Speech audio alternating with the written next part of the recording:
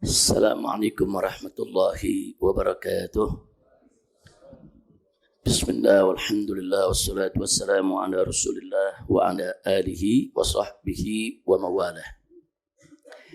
Allahumma anfa'na bima 'allamtana wa 'allimna ma yanfa'una. Allahumma zidna ilma warzuqna fahma wa atina hikmah. Allahumma barik lana fi majlisina hadha bi rahmatika ya arhamar rahimin. Walhamdulillahi rabbil alamin. Taqabbalallahu minna wa minkum fataqabbal ya karim. Alhamdulillah, pada kesempatan hari ini dengan izin Allah Subhanahu wa taala kita kembali kumpul di Masjid Markas Syariah, dan tadi kita sudah sama dengarkan paparan guru-guru kita, pelajaran demi pelajaran yang kita dapatkan, wabil khusus dari kiai kita, Kiai Haji Cucun Nasai, yang telah memaparkan kepada kita, memberikan pengetahuan fikihnya. Begitu juga pelajaran tasawuf yang tadi sudah disampaikan oleh guru kita Kiai Haji Husnuddin. Begitu juga tausiah-tausiah lainnya dari guru-guru kita semua yang kita doakan hafidhahumullahu jami'an. Wallahu subhanahu wa ta'ala yutawil a'marhum wa yaj'alahum minas salihin, amin ya rabbal alamin. Mudah-mudahan guru-guru kita senantiasa Allah berikan panjang umur dalam sehat walafiat, dalam taat dan ibadah, amin ya rabbal alamin. Melanjutkan pembacaan kitab Manahijut Tamyiz baina usuluddin wa furu'uddin fil aqidah wasyariah wal akhlaq inda ahli sunnati wal jamaah, yang merupakan saya punya disertasi S3 beberapa waktu yang lalu. Kita sudah sampai halaman 44. Oh iya, halaman 4, bukan 44, maaf, terlalu kejauhan. Ya, halaman 4. Itu paragraf yang kedua. Paragraf yang kedua. Bismillahirrahmanirrahim. Isma'u rahimakumullah wa radiyallahu ta'ala ankum. Al-mashhuru inda ulama'i ahli sunnati wal jama'ati salafan wa khalafan anna haditha Jibril alaihi salam al-mazkur hujjatun li arkanid dinil hanifis thalathah wa hiya al-islamu wal imanu wal ihsan. Jadi di sini disebutkan al-masyhur, yang masyhur atau yang populer, yang sudah banyak diketahui oleh umum saudara. Inda ulama'i ahli sunnati wal jamaah. Jadi yang masyhur, populer menurut daripada ahli sunnah wal jamaah, baik ulama yang salaf maupun ulama yang khalaf, di mana bahwa hadis Jibril itu yang beberapa waktu lalu sudah kita bacakan, yaitu hadis tatkala malaikat Jibril alaihissalam menanyakan kepada Nabi, akhbirni anil Islam, akhbirni anil iman, akhbirni anil ihsan, yang kemudian dijawab oleh Nabi alaihissalatu wassalam satu persatu, apa itu Islam, apa itu iman, apa itu ihsan. Nah, hadis ini dikenal di kalangan ulama dengan sebutan hadis Jibril, saudara. Nah, hadis Jibril ini yang sudah kita baca pada pertemuan yang lalu adalah hujjatun, adalah merupakan hujjah, merupakan dalil, merupakan dasar.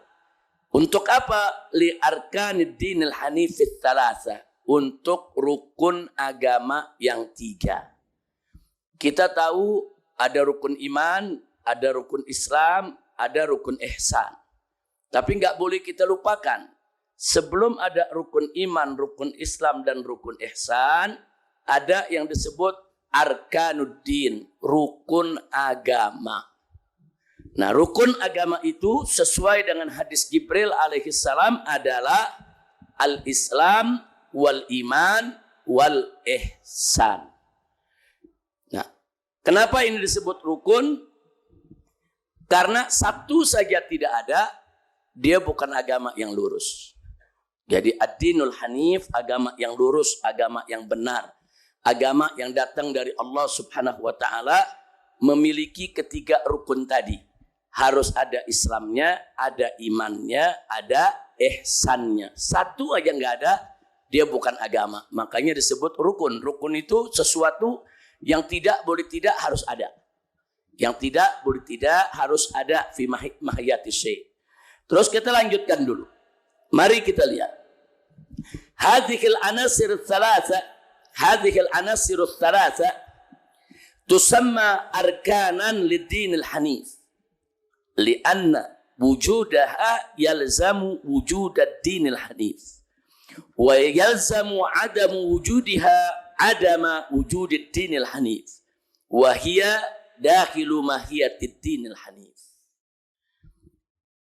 Jadi ketiga unsur ini, yaitu Islam, iman, dan ihsan, tusamma arkanan, disebut sebagai rukun lidinil hanif, untuk agama yang lurus, yang diridhoi oleh Allah. Kenapa? Lianna wujudaha, karena keberadaan ketiga rukun ini yalzamu wujudad dinil hanif. Nah, jadi keberadaan tiga daripada unsur ini melazimkan adanya din, agama. Jadi berdirinya agama itu karena adanya tiga unsur tadi. Tidak ada tiga unsur tadi, dia tidak menjadi agama yang lurus, yang diridhoi oleh Allah Subhanahu wa ta'ala. Dan sebaliknya, wa yalzamu adamu wujudiha adama wujudid din. Dan sebaliknya, kalau ketiga perkara ini tidak ada, maka tidak ada agama yang lurus tersebut.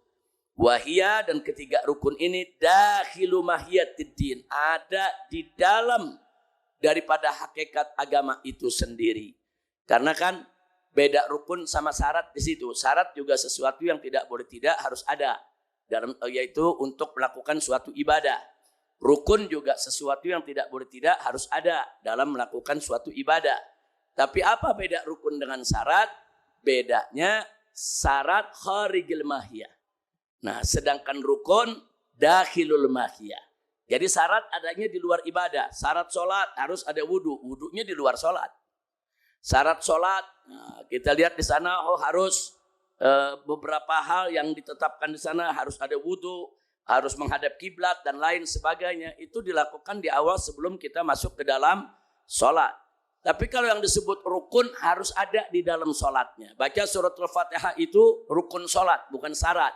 Nah, sehingga baca Fatihah itu ada di dalam sholat, ya ikhwan. Ruku, sujud, duduk dengan segala tumaninahnya itu semua rukun sholat karena ada di dalam sholat. Nah, makanya para ulama, saudara, berbeda pendapat tentang niat. Nah, jumhur ulama menjadikan niat itu sebagai rukun. Niat itu sebagai rukun karena dia adalah pembuka sholat bersama takbiratul ihram. Tapi sebagian ulama lagi termasuk Imam Ghazali lebih cenderung kalau niat itu dijadikan syarat. Bukan dijadikan sebagai rukun, ya ikhwan. Dijadikan syarat sehingga menancapkan niat sebelum takbiratul ihram sesaat lahzatan, jadi bebarengan dengan talaffuz usolli fardol maghribi, begitu ditalaffuzkan dia tancapkan niat, habis itu baru Allahu Akbar. Nah, kalau ikut pendapat Imam Ghazali sah, karena syarat itu karena niat itu menjadi syarat. Tapi jumhur yang muktamad dalam mazhab Imam Syafi'i enggak begitu. Jadi niat itu ditancapkannya pada saat takbiratul ihram. Nah, kalau talaffuznya ya ada sebelum takbiratul ihram. Karena dalam mazhab Syafi'i talaffuz bin niyah itu mustahab. Cuman Wahabiyah yang bilang bid'ah. Jadi kita jangan terpengaruh. Jangan, kita punya dalil bukan tidak punya dalil. Talaffuz bin niyah itu mustahab. Bahkan Imam Ibn Qudamah Al-Hambali, mazhabnya Hambali, mengatakan juga sunnah, mandub, mustahab untuk melafazkan niat. Kenapa? Beliau katakan karena ta'kidan lin niyah. Karena talaffuz itu merupakan ta'kidan linniyah, penguat, pemantap daripada niat. Nah, kalau dalam mazhab Imam Syafi'i dikatakan musa'adatul qalb, liyusa'idul qalb, liyusa'idal qalba ala tathbitin niyah. Untuk membantu hati dalam menancapkan niat. Jadi jumhur ulama dari semua mazhab melafazkan niat adalah sunnah atau mandub atau mustahab. Nah, cuman Wahabi aja yang rame banget nih dibilang bid'ah lah, mengada-ada lah. Nah, jangan ya kawan, itu bukan kita punya mazhab. Alhamdulillah kita semua ikut mazhab Imam Syafi'i. Kita lanjutkan. Ya kawan, jadi kembali kita bicara rukun. Tadi saya sedikit keluar daripada pokok masalah karena hanya ingin membedakan antara rukun dengan syarat. Untuk lebih memperjelas yang dimaksud dengan rukun ya kawan. Kita lanjutkan. Fahadhil arkanus salasatu mutahidatun mutarabitatun mutakamilatun wala tatajazza bihaitsu la yakunu ad-dinu bil ma'na al-istilahi syar'i illa biha. Jadi ketiga unsur ini atau ketiga rukun ini yaitu Islam, iman dan ihsan muttahidah. Itu menjadi satu kesatuan, mutarabitah yaitu saling terikat satu sama lainnya, mutakamilah dan saling menyempurnakan, wala tatajazza dan dia tidak terurai, tidak terbagi-bagi, tidak terpecah-pecah. Bihaitsu la yakunuddin, yang oleh karenanya, saudara, kenapa dia tidak terpecah-pecah? Karena tidaklah tegak suatu agama atau disebut suatu agama dalam makna istilah syariat illa biha, kecuali ketiga rukun itu harus ada. Nah, jadi sekali lagi, kenapa dia kok begitu menjadi satu kesatuan, dia terikat, dia saling menyempurnakan, saudara, karena memang ketiganya inilah yang membentuk daripada apa yang kita sebut agama yang lurus dan benar di sisi Allah Subhanahu wa taala. Sehingga oleh karenanya di sini dikatakan wala yujadu muslimun bila iman wa ihsan. Enggak ada muslim dikatakan oh dia muslim tapi enggak ada imannya, enggak bisa. Yang namanya muslim harus ada iman, yang namanya muslim harus ada ihsan ya ikhwan. Wala yujadu mu'minun bila Islam wa ihsan. Enggak juga orang disebut mukmin kalau dia enggak menjalankan keislamannya. Enggak juga orang disebut mukmin kalau dia tidak memiliki keihsanan. Wala yujadu muhsinun, dan enggak juga orang disebut muhsin, itu orang yang memiliki keihsanan yang bagus bila Islam wa iman. Nah, makanya saya pernah ditanya, hadirin, mana yang harus didahulukan antara belajar tauhid, belajar fikih, apa belajar akhlak? Akhlak itu tasawuf, saudara. Ya memang, kadang-kadang ada orang mengatakan ya tauhid dululah untuk kuat dan lain sebagainya. Tapi dalam hal ini saya sering menjawab, ketiga perkara ini tidak bisa yang satu didahulukan dari yang lain. Dan tidak boleh juga yang satu dibelakangkan dari yang lain. Ketiga ini harus dijalankan secara simultan, berbarengan. Karena nggak bisa kita mempelajari tauhid, kita memperkuat iman. Lah kalau syariat yang nggak dijalankan, bagaimana iman bisa kuat kalau sholat nggak dijalankan? Bagaimana iman bisa kuat kalau yang namanya wudu, puasa dan lain sebagainya kita tidak menjalankannya sesuai dengan syariat? Mustahil iman bisa kuat tanpa syariat. Mustahil ya kawan. Nah, sehingga kalau kita mempelajari tauhid, memperkuat akidah, ya syariat jalankan. Karena syariat itu jalan untuk memperkuat akidah ya kawan. Begitu juga sebaliknya. Nah, kalau kita mempelajari fikih saja, syariat saja, tauhid nggak dikuatkan, berbahaya. Berbahaya, sehingga nanti kita nggak tahu tuh apa saja yang bisa membatalkan iman. Nah, sementara pembatal iman itu sendiri kan pembatal ibadah. Nah, kita sholat, tapi kita nggak ngerti pembatal iman. Tahu-tahu kita melakukan hal yang membatalkan iman. Sholat kita kan juga ikut batal. Sholat kita juga ikut nggak sah. Jadi nggak ada syariat kita sah tanpa iman. Maka itu pelajari tauhid, perkuat iman, jalankan juga syariat ya kawan. Begitu juga ihsan. Ihsan ini kan buahnya. Kalau syariatnya tegak, imannya kuat, buahnya pasti akhlak yang bagus. Nah, dan akhlak ini pun juga harus kita pelajari, kita mesti kenal. Melalui pelajaran ilmu akhlak atau ilmu tasawuf, kita harus bisa membedakan mana akhlak yang baik, mana akhlak yang buruk. Katakanlah, kita pelajari tauhid bagus, kita pelajari syariat bagus, tapi kita nggak pernah tahu apa itu ikhlas, apa itu riya. Kita jalankan sholat, mana bisa sholat kita diterima kalau kita tidak ikhlas. Nah, untuk membangun keikhlasan tersebut adanya dalam ilmu tasawuf. Ya, nah, makanya sekali lagi yuk anak-anak kita didik tiga-tiganya.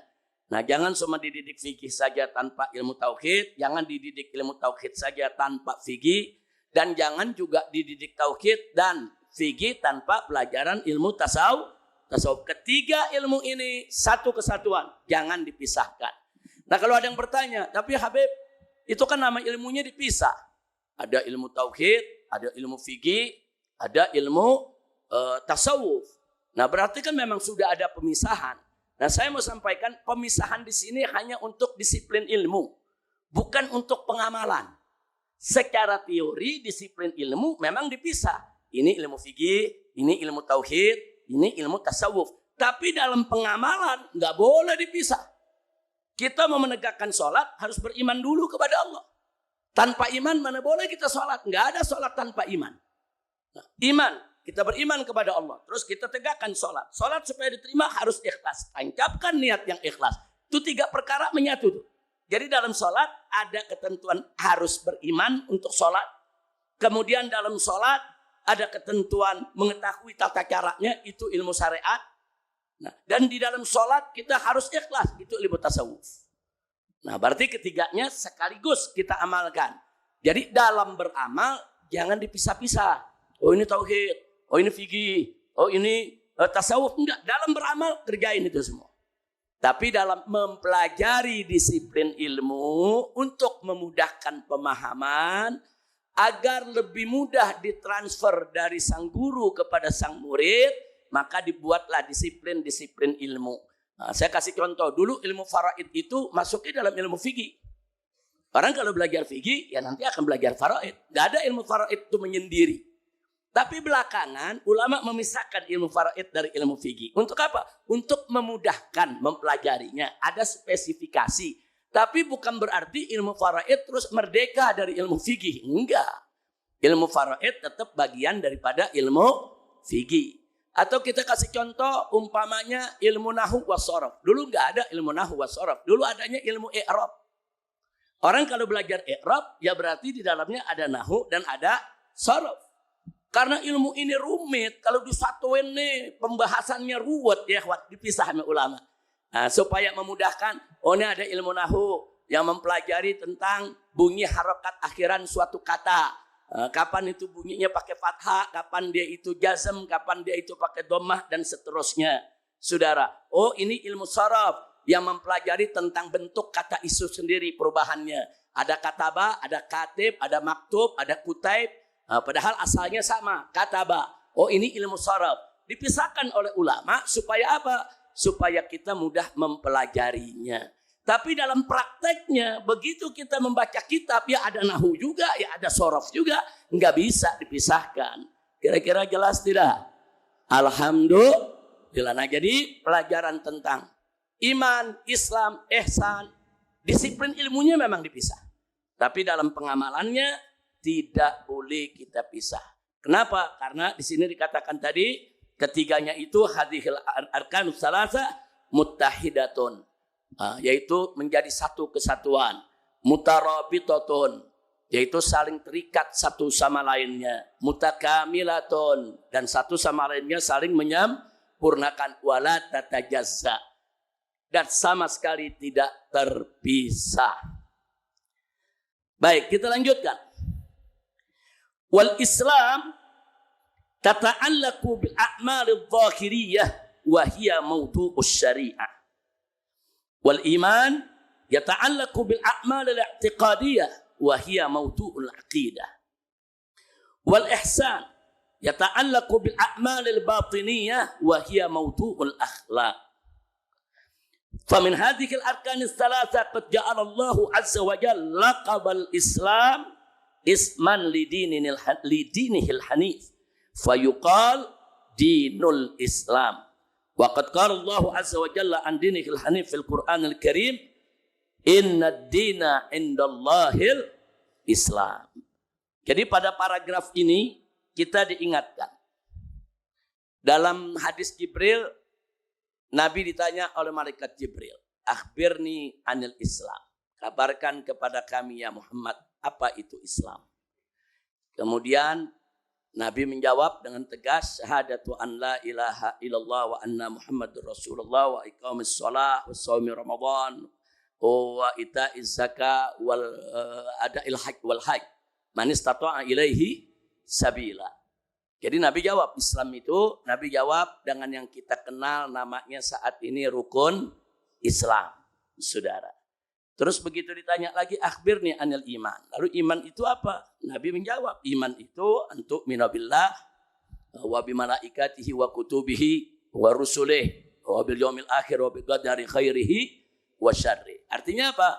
Ketika Nabi ditanya apa itu iman ya Rasulullah, Nabi menjawab dengan rukun yang kita kenal sekarang dengan nama rukun iman. Nah begitu Nabi ditanya, akhbirni anil ihsan. Kabarkan kepadaku, wahai Muhammad, apa itu ihsan? Nah, Nabi menjawab, ihsan itu anta'budallah ka'annaka tarahu wa ilam tarahu fa innahu yara. Jadi engkau menyembah Allah seolah-olah engkau itu melihat Allah. Walaupun sesungguhnya engkau melihat Allah, sesungguhnya Allah melihatmu. Artinya apa? Ketika Nabi ditanya ihsan, Nabi menjelaskan ihsan itu adalah ikrar dalam diri kita, keyakinan, kepercayaan bahwa Allah itu selalu mengawasi kita. Nah, jadi artinya muraqabah ilahiyah, pengawasan ilahi melekat di diri kita. Apa saja yang kita perbuat Allah tahu. Bahkan apa yang terlintas di benak kita Allah tahu. Nah, jadi Nabi cuma jawab dengan satu kalimat itu saja. Artinya apa? Ketika Nabi menjawab apa itu Islam, Nabi menjawab dengan rukun Islam. Berarti rukun Islam itu ada 5 sesuai dengan jawaban Nabi. Ketika Nabi ditanya tentang iman, Nabi menjawab dengan rukun iman, yaitu 6 perkara. Berarti rukun iman ada 6. Nah begitu Nabi ditanya tentang ihsan, Nabi menjawab seperti tadi, adanya muraqabah ilahiyah, pengawasan ilahi yang melekat. Nah artinya apa? Rukun ihsan hanya 1. Itu saja. Keyakinan bahwa pengawasan Allah itu melekat kepada setiap hamba. Nggak ada yang lepas, nggak ada yang luput dari pengawasan Allah Subhanahu wa ta'ala. Nah di sini menarik. Waktu Nabi ditanya tentang rukun Islam, Nabi menjawabnya yang pertama, an-nutqu bisyahadatain. Mengucapkan 2 kalimat syahadat. Ada yang protes dari mazhab lain di luar Ahlus Sunnah. Mereka bilang, kenapa syahadat itu jadi rukun Islam? Syahadat itu mestinya rukun iman. Itu kan soal keimanan kepada Allah. Kok Ahlus Sunnah memasukkan syahadat itu menjadi rukun Islam bukan rukun iman? Jawabnya saudara, yang pertama itu Nabi yang menyatakan antashhadu atau antashhada, atau Nabi yang menyatakan kepada kita an-nutqu bisyahadatin. Persoalannya bukan syahadatin dulu, an-nutqu dulu, an-nutq. Apa itu an-nutqu? Mengucapkan. Mengucapkan itu dengan apa? Dengan lisan. Nah sekarang kita mau tanya, lisan itu amal hati atau amal jawareh? Jawareh. Bukan amal hati. Lisan, asyhadu an la ilaha illallah. Mengucapkan 2 kalimat syahadat, itu amal zahir. Makanya disebut bagian dari Islam. Bukan bagian daripada iman. Tapi memang isi kandungan 2 kalimat syahadat, itu masuk rukun iman. Makanya rukun iman yang pertama apa? Al-imanu billah. Saudara, masuk ke rukun iman. Tapi mengucapkan 2 kalimat syahadatnya, mengucapkan itu amal lisan. Nah kemudian yang kedua sholat. Sholat amal hati atau amal badan? Badan. Nah jadi ini amal zahir namanya. Mengucapkan 2 kalimat syahadat, amal zahir. Sholat amal zahir. Puasa amal zahir. Zakat amal zahir, haji amal zahir. Jadi amal-amal zahir ini yang disebut amal Islam. Jadi Islam itu mengatur amal zahir. Makanya ilmu yang mengatur amal zahir itu disebut ilmu syariat. Atau biasa kita kenal juga dengan ilmu fikih, saudara. Nah jadi ilmu fikih itu atau ilmu syariat itu adalah ilmu yang mempelajari tentang amalan-amalan zahir. Nah, kira-kira jelas ya. Nah, makanya itu disebut Islam. Makanya di sini dikatakan apa? Di sini dikatakan, nah kita baca, saudara, wal Islamu yata'allaq bil a'mal zahiriyah. Nah, urusan Islam itu berkaitan dengan amal-amal zahir. Dan ini merupakan pembahasan maudu'us syariah. Nah, maka itu ilmu yang mempelajari soal keislaman disebut ilmu syariat atau disebut ilmu fikih atau disebut ilmu ahkam. Jadi kalau kita sebut ilmu, mau belajar ilmu fikih, mau belajar syariat, mau belajar ahkamul Islam, nah itu semua masuk dalam urusan Islam. Nah yang kedua, wal iman yata'allaq bil a'mal al-i'tiqadiyah wa hiya mawdu'ul aqidah. Sedangkan persoalan iman itu berkaitan dengan urusan i'tiqad. Al-imanu billah i'tiqad. Keimanan, percaya kepada Allah. Al-imanu billah wa malaikatihi wa kutubihi wa rusulihi. Nah itu menyangkut semua amal i'tiqad. Termasuk iman wa bil yaumil akhir. Itu termasuk i'tiqad. Begitu juga iman bil qadari khairihi wa syarrih. Itu termasuk i'tiqad. Berarti soal keimanan adalah soal yang berkaitan dengan i'tiqad. Keyakinan dan kepercayaan. Nah itu disebut iman. Nah, makanya disebut di situ sebagai rukun iman. Nah sampai di sini dulu. Yang ingin saya garis bawahi. Islam berkaitan dengan amal zahir. Ilmu yang membahasnya disebut ilmu syariat atau ilmu fikih atau ilmu hukum Islam. Iman itu berkaitan dengan urusan i'tiqad atau urusan keyakinan, urusan keimanan, urusan kepercayaan. Nah ini dibahas dalam ilmu tauhid atau disebut juga kadang-kadang ilmu usuluddin. Nah atau kadang-kadang disebut juga ilmu akidah. Nah atau disebut juga kadang-kadang ilmu i'tiqad. Nah, atau kadang-kadang disebut juga kalau zaman ulama salaf disebut al-fiqhul akbar. Makanya Imam Abu Hanifah mengarang sebuah kitab dengan judul Al-Fiqhul Akbar. Bukan kitab fikih itu. Al-Fiqhul Akbar itu kitab akidah. Nah, jadi namanya banyak nih. Nama ilmu akidah. Entah disebut ilmu tauhid, kadang-kadang disebut ilmu akidah, kadang-kadang disebut ilmu i'tiqad, kadang-kadang disebut usuluddin. Kadang-kadang disebut juga ilmu kalam. Nah itu semua menyangkut ilmu yang berbicara soal i'tiqadiyah. Nah baik, yang ketiga sekarang.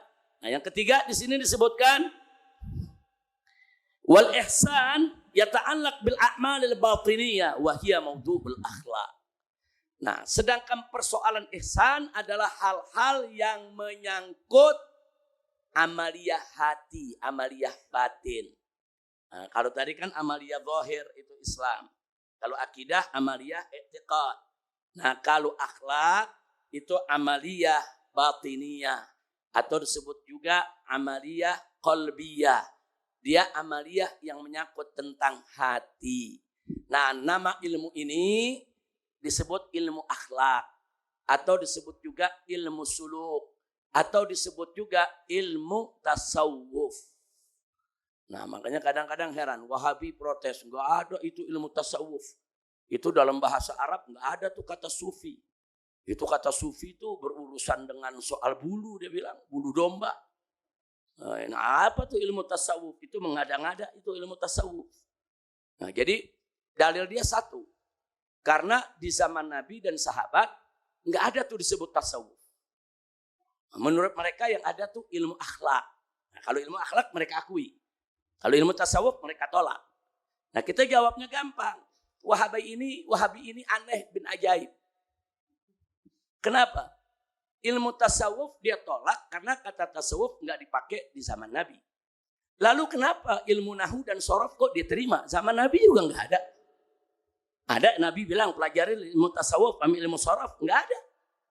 Sudah dalam prakteknya Nabi dan sahabat menggunakan sorof dan nahu. Tapi disiplin ilmu yang namanya ilmu nahu, ilmu sorof, nggak ada sama Nabi. Begitu juga yang disebut ilmu akidah, nggak ada. Boleh buka semua ayat Quran. Boleh buka semua hadis. Enggak ada. Nabi sebut akidah dengan makna tauhid. Di dalam Al-Quran kata akidah, ain, qaf, dal, itu cuma ada 6 ayat. Dan 6-6-nya urusannya dengan akad, bukan urusannya dengan akidah. Lalu dari mana Wahabi kok paling semangat malah? Akidah, akidah, akidah. Enggak ada zaman Nabi nama akidah. Yang ada zaman Nabi tauhid ada. Iman ada. Seperti ini. Malaikat Jibril mengatakan akhbirni anil iman. Kata iman ada. Saudara, zaman Nabi kata iman ada. Nah, tapi kata akidah enggak ada. Dan sekarang populer di mana-mana ilmu tauhid, ilmu keimanan disebut ilmu akidah. Mestinya Wahabi itu konsisten dan konsekuen. Kalau dia menolak yang namanya ilmu tasawuf, dia juga enggak boleh pakai yang namanya ilmu akidah, enggak boleh pakai itu namanya ilmu nahu, ilmu sorof, karena semuanya enggak ada zaman Nabi. Nah, kira-kira jelas ya. Nah, tapi jangan salah paham. Yang enggak ada zaman Nabi nama ilmunya, bukan isi ilmunya. Kalau akidah isi ilmunya zaman Nabi ada. Saudara, nahu, sorof, saudara zaman Nabi sudah ada. Isi ilmunya. Tapi menjadi disiplin ilmu yang disebut ilmu, yaitu sorof, ilmu nahu, ilmu akidah, zaman Nabi enggak ada. Nah itu baru ada zaman belakangan. Mulai zaman sahabat, tabi'in, tabi'in muncul berbagai macam disiplin ilmu. Nah jadi sekali lagi itulah kita sebutkan. Jadi yang ketiga ihsan berkaitan dengan amal hati. Dan ilmu yang membahas ini disebut ilmu akhlak atau ilmu suluk atau disebut juga ilmu tasawuf. Nah itulah kaitan antara iman, Islam, dan ihsan. Nah ini sengaja kita pelajari walaupun di sini kita pisahkan, tapi tiga-tiga ini saudara nantinya dalam pembahasan selanjutnya dengan kacamata usuluddin untuk kita mengetahui mana yang usul, mana furu, maka ketiga bidang ini, bidang iman, bidang Islam, dan bidang ihsan akan kita bahas insya Allah. Nah bidang iman kalau dalam judul buku itu yang disebut fil aqidah. Nah bidang daripada Islam itu yang disebut wasyari'ah. Bidang daripada ihsan itu yang disebut wal akhlak. Insya Allah. Baik ya ikhwan. Itulah yang bisa kita sampaikan pada pengajian kita kali ini berkaitan dengan iman, Islam, dan ihsan. Mudah-mudahan manfaat untuk kita semua. Mungkin ada 1-2 pertanyaan, silakan. Silakan. Yang berkaitan dengan apa yang kita pelajari. Kalau ada pertanyaan fikih, boleh ditanya ke Ajangan Cucun. Ada pertanyaan tasawufnya ke Kiai Haji Husnuddin. Silakan. Bertanya yang kita bahas. Silakan. Habib Muhammad.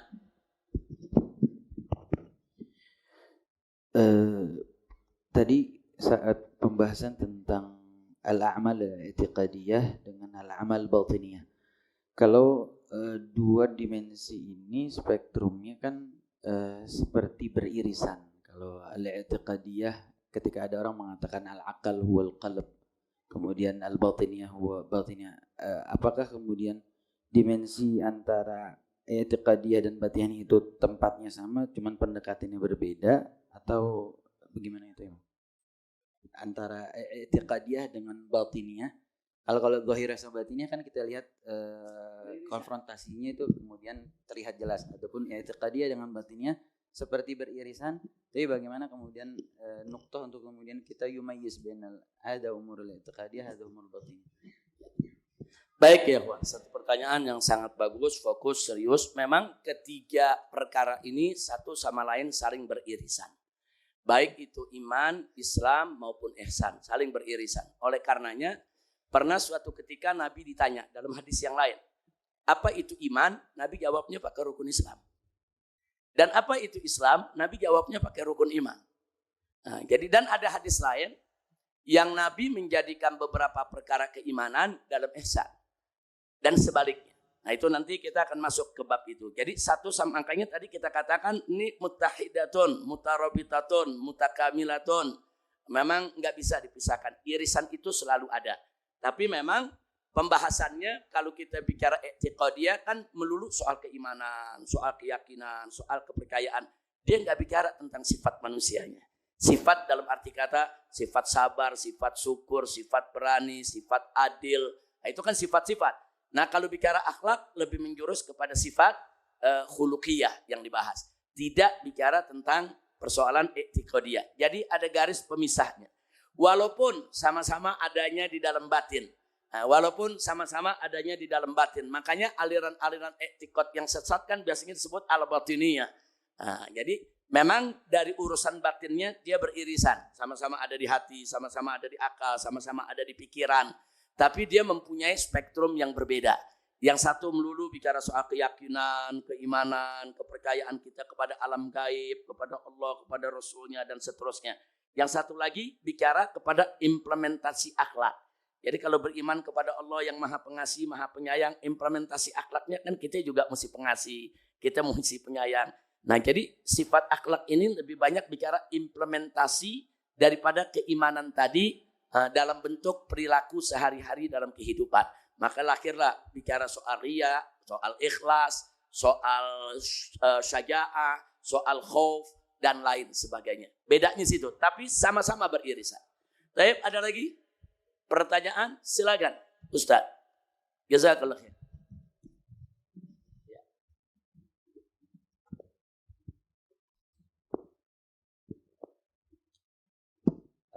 Mohon maaf, ingin bertanya tadi yang disurahkan oleh Habib tentang masalah ihsan. Ta'rifnya ihsan mungkin itu ya. Anta budarobaka ka'annaka taro fa ilam takun taro wallahu yara. Nah, ini ketika itu diterapkan ketika kita sembahyang, itu bagaimana caranya begitu? Agar kita dari takbiratul ihram sampai awal salam itu hati kita terus tidak lepas muraqabah atau ta'alluq qalbu kita kepada Allah. Sehingga mungkin akan disebutkan dengan kata khusyuk itu gitu. Agar terkena hadis la yaqbalullahu ta'ala la yaqulu sholata abin illa idza kana khalisan, dan juga ketika tidak khusyuk mungkin kecillah pahala ganjarannya itu. Mohon disampaikan. Jazakumullahu khair. Terima kasih banyak. Khusyuk dalam sholat memang sesuatu yang tidak boleh kita tinggalkan. Tapi alhamdulillah khusyuk dalam sholat para ulama sepakat. Ini ulama fikih, kita bicara fikih. Enggak dijadikan sebagai syarat maupun rukun. Kalau dijadikan syarat dan rukun itu di luar kemampuan kita. Nah, biasanya ulama fikih itu selalu kalau bicara syarat dalam kemampuan manusia, dalam kemampuan mukallafnya. Begitu juga kalau bicara soal rukun, masih ada dalam kemampuan mukallafnya. Tapi kalau sudah bicara sebab aja kita lihat. Nah, itu ada sebab banyak yang kadang-kadang di luar kemampuan daripada mukallaf. Contoh, sebabnya sholat maghrib apa? Matahari terbenam. Apa itu ada dalam kemampuan kita? Enggak. Yang menenggelamkan matahari adalah Allah. Nah, itu beda sebab sama syarat. Jadi jangan dibilang tenggelamnya matahari itu syarat sholat maghrib. Enggak. Itu bukan syarat, itu sebab. Kalau syarat dalam kemampuan kita. Kalau sebab itu di luar kemampuan kita diantaranya. Nah, begitu juga bicara soal khusyuk. Nah, khusyuk itu memang dalam soal fikih dia tidak menjadi syarat maupun rukun. Tapi kalau bicara tasawuf, itu hal yang sangat penting sekali. Nah, makanya persoalan khusyuk lebih banyak dibahas di kitab-kitab tasawuf. Nah, di kitab-kitab tasawuf, di kitab-kitab sufi, di kitab-kitab akhlak, atau di kitab-kitab seperti yang tadi dibaca oleh Kiai Haji Husnuddin, yaitu kitab Minhajul Abidin, ya ikhwan. Nah, tapi sungguh pun begitu jangan kita remehkan. Sebab bisa jadi sholat kita sah secara fikih, belum tentu sah secara akidah. Saudara, atau secara tasawuf sah secara fikih. Artinya apa sah secara fikih? Syaratnya udah lengkap, rukunnya udah lengkap. Itu namanya sah secara fikih.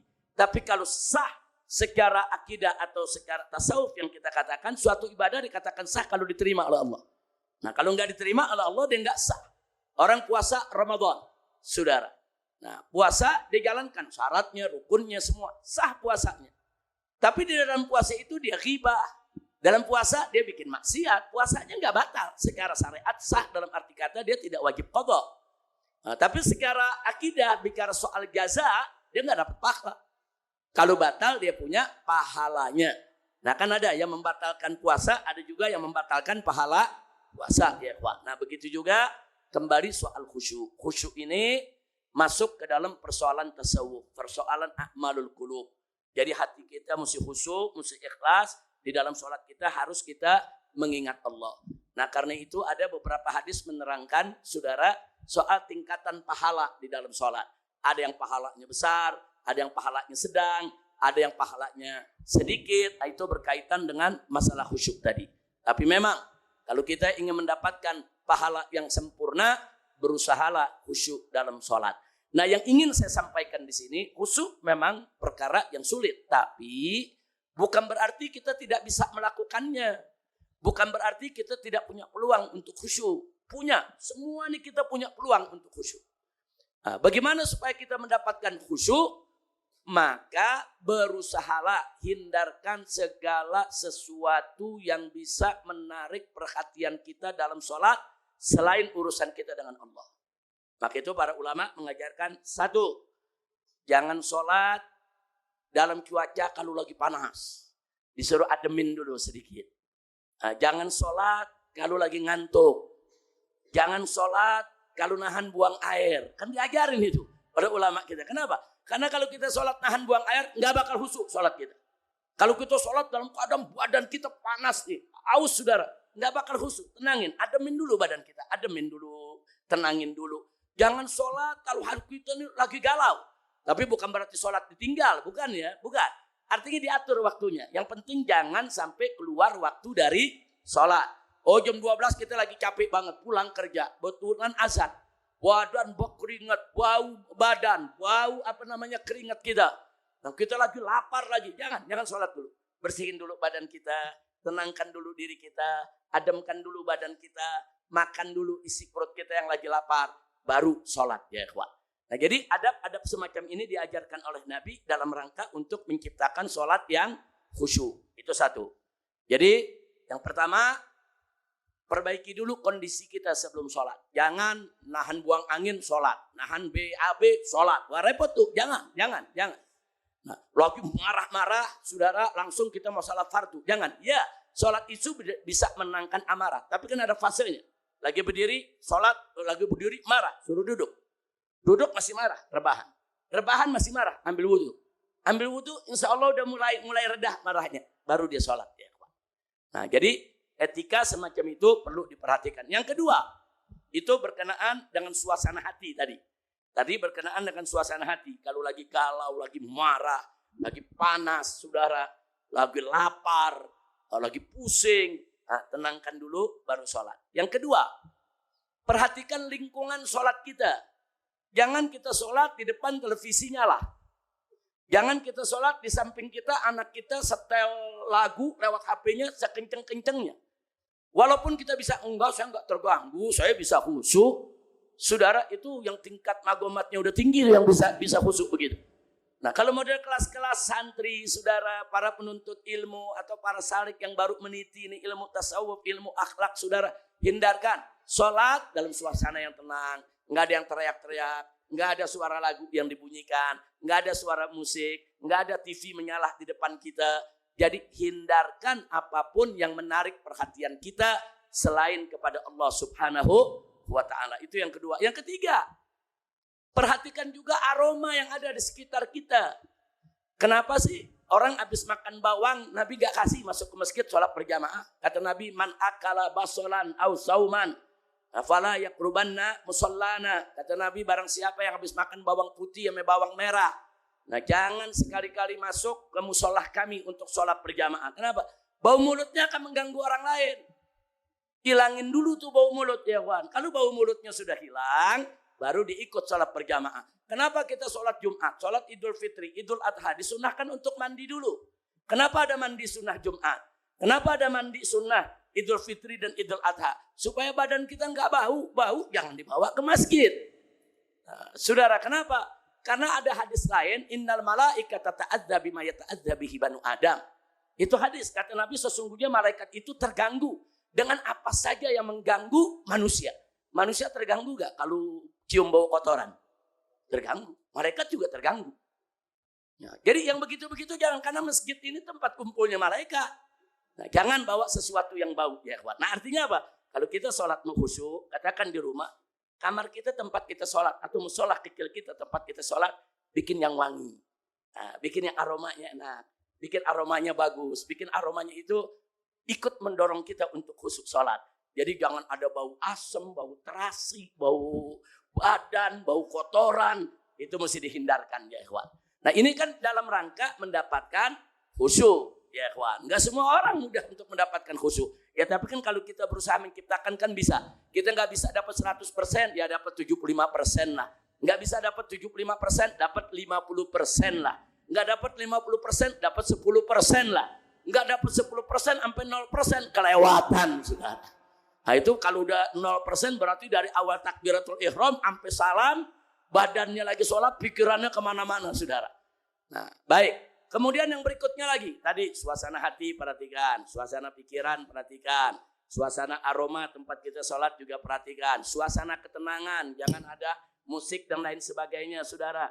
Makanya Imam Syafi'i radhiyallahu ta'ala anhu dulu melarang orang ngaji kenceng di masjid kalau hari Jumat yang orang sedang kumpul saudara.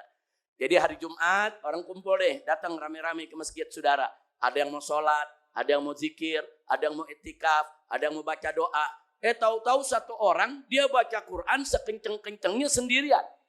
Jadi satu masjid dipaksa buat dengerin dia, ditolak oleh Imam Syafi'i. Nah ini zaman sekarang banyak juga yang begitu. Orang datang jam 11 ke masjid, ada yang mau zikir, mau ini. Masing-masing kan punya hajat, punya keperluan kepada Allah. Dia pakai speaker dalam masjid, dia pasang pengajian.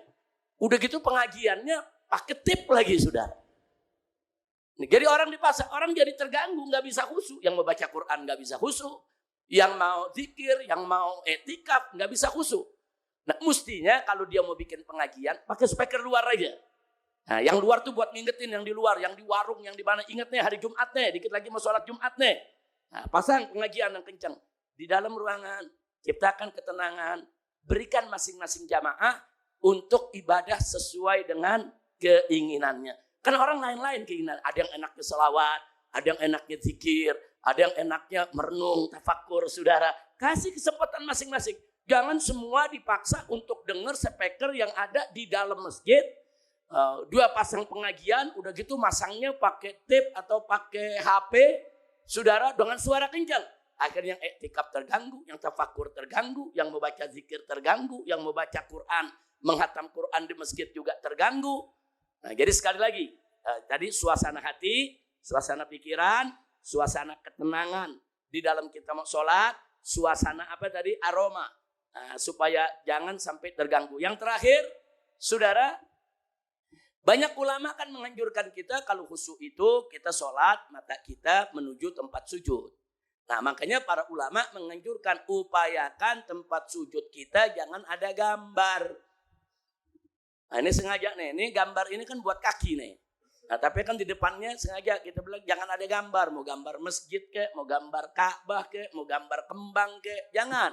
Supaya orang terfokus kepada sesuatu yang polos.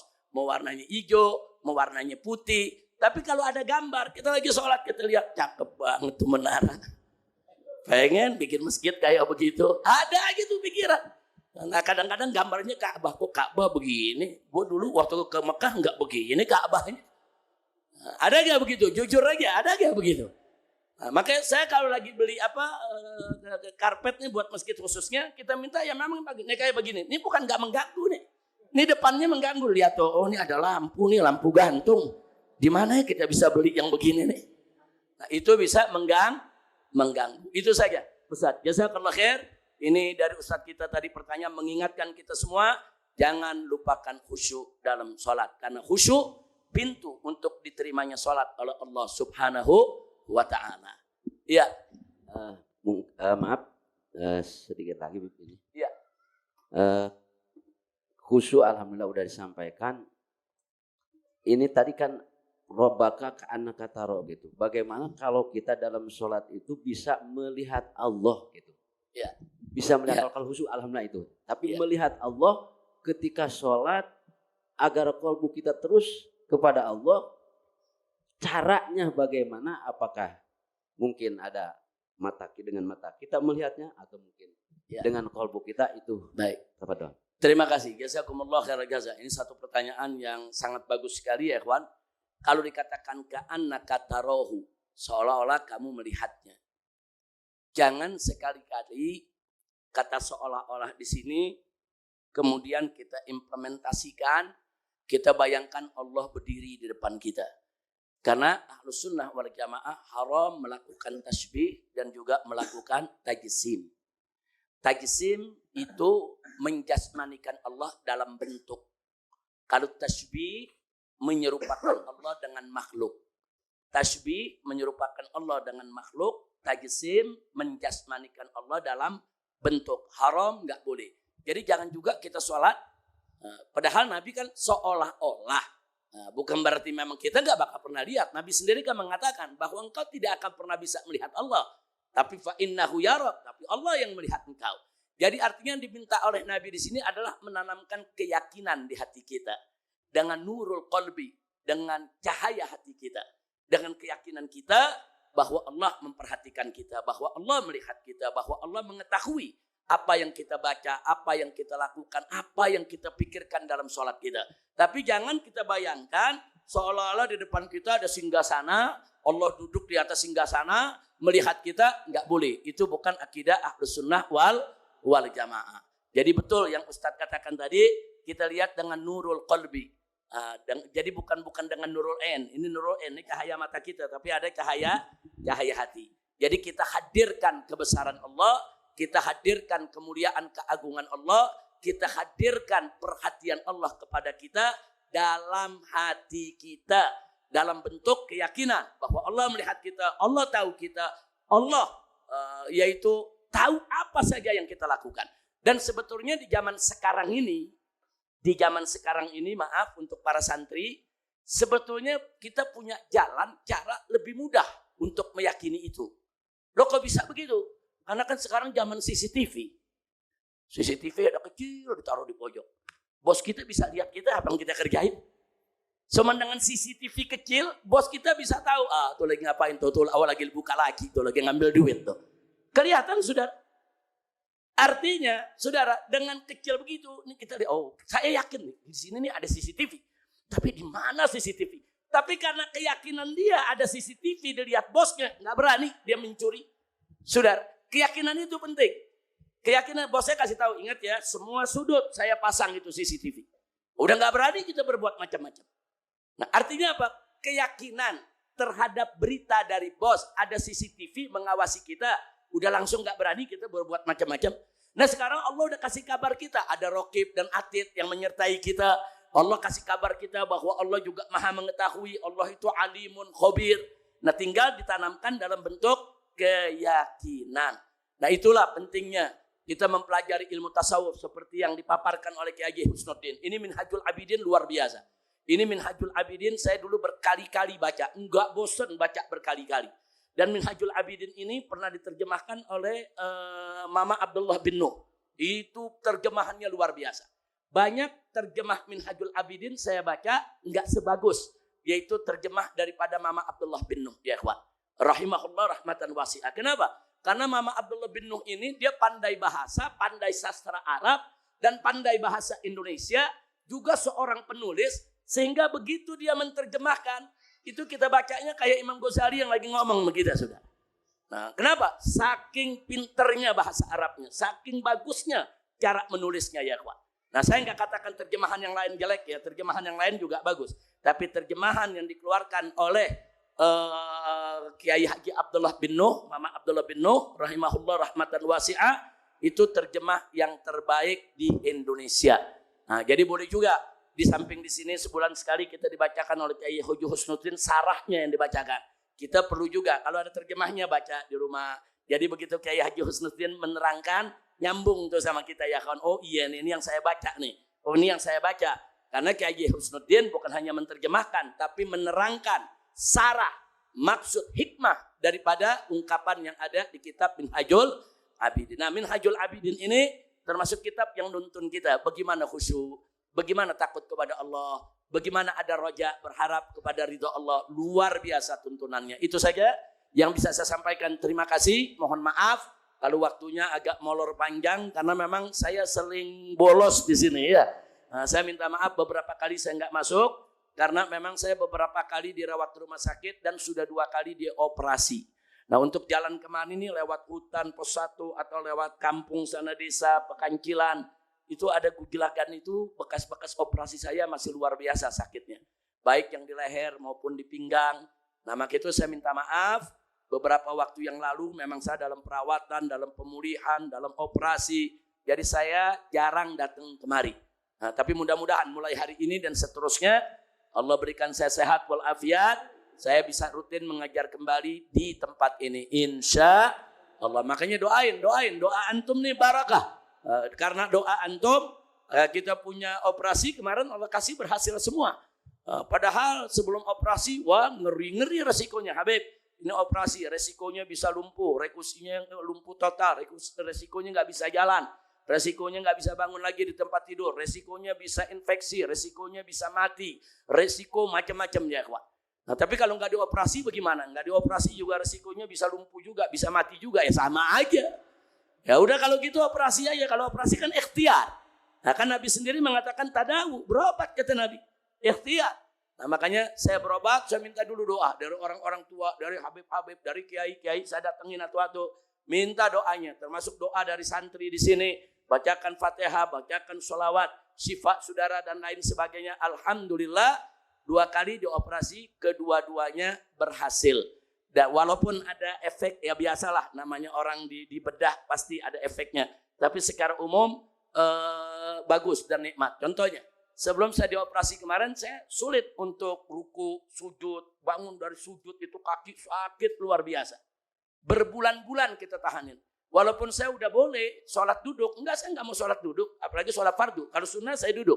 Sholat fardu mau sakit bagaimana tetap saya usahakan. Mesti berdiri, ruku, sujud. Nah jadi nggak enak. Tapi begitu operasi terakhir kemarin, udah biasa. Kita udah bisa ruku, bisa sujud, bisa duduk. Walaupun harus pelan-pelan, tanpa menanggung rasa sakit lagi. Ini namanya ikhtiar. Doain. Siap doain semua ya.